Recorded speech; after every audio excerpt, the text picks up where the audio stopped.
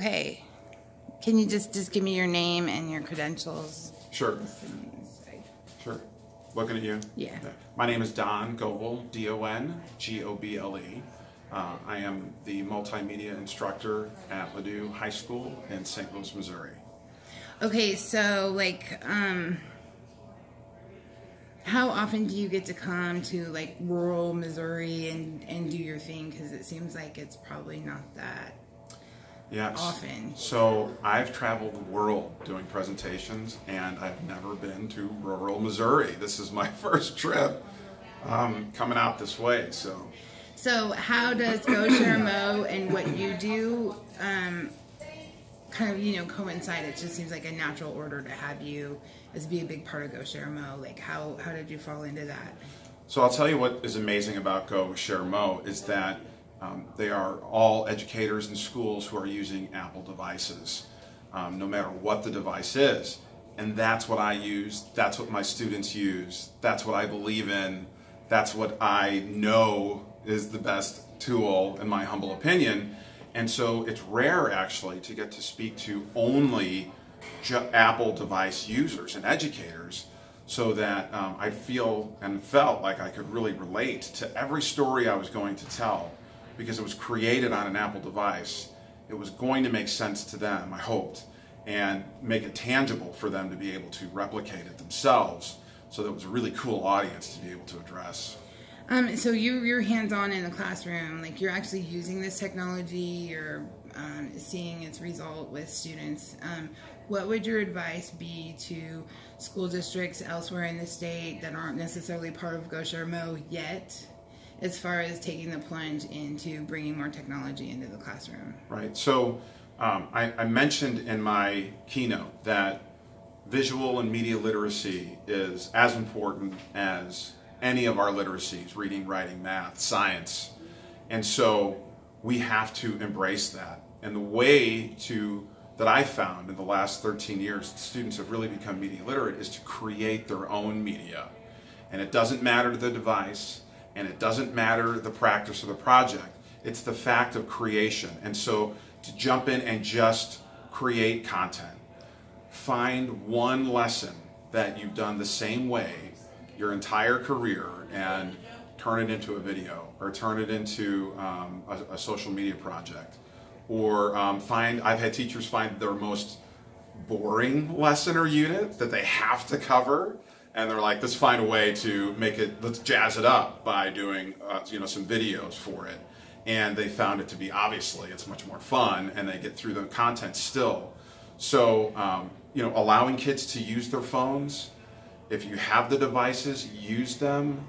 I did an exercise in there where I had the adults turn the camera on themselves, and 99% of them felt anxious or nervous about doing that. And that's an adult issue. It's not a kid issue.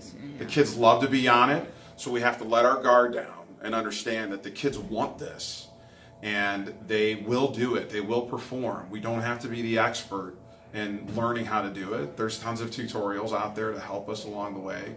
But as the educator, to also jump in and do it with the kids if we haven't done it before. It's super fun to kind of produce and create content with them that first time, which could be a little messy. And that's the mess is part of the fun of learning. I agree with that.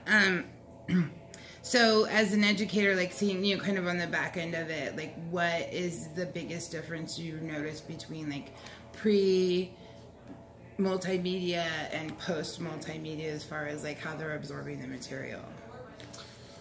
Ooh, that's a tough question. I will say, when kids come to me in high school, we have a whole generation of kids who now have grown up with either hand-me-down devices or brand new devices at very early ages. They don't know any different. If at 2 years old they were using an iPod, or at 10 they're getting a brand new iPhone. And so they are savvy enough to manipulate the device and play with it. But what we need to understand is that they might not necessarily know how to navigate it, how to decipher what's best, how to, they'll come and say, oh yeah, I know how to do all of this. Well, you might have a YouTube channel, and that's great.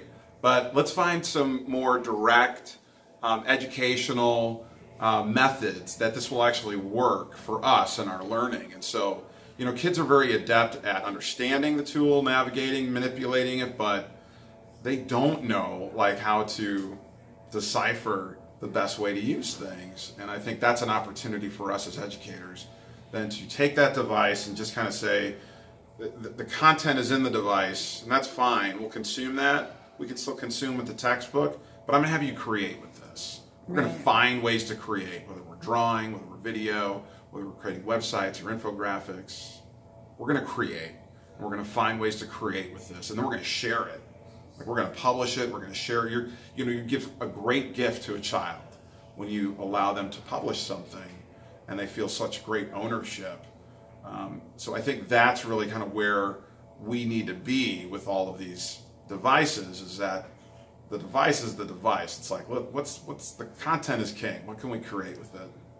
So are you seeing higher levels of engagement as far as with devices, with multimedia, than just before, kind of like brick and mortar textbook style? 100%. So if I'm not using it in my classroom, they're going to be texting, they're going to be Snapchatting, they will do those things. And of course, then that's a classroom management thing. But when you allow them to scratch that itch and allow them to use it, what I found is that the behavior of misusing or lack of attention to what you're teaching dissipates, and they now know that they can use that device as a part of our workflow. Like, it's a part of the class. It's an expectation. We don't use it all the time, and they become very aware of when it's appropriate to use it or not, but they know we're going to use it. And I wish more teachers would buy into that, because a lot of the issues that I hear about are the misbehaviors with it. And I mean, think about it. When we were teenagers, if we were told we couldn't do something, what did we do? We did it. We did it. And so let's go back into that mindset a little bit as an educator and make it real and allow them to use it in fun, creative, educational ways. That's awesome advice. Thank you. You're welcome. I appreciate that.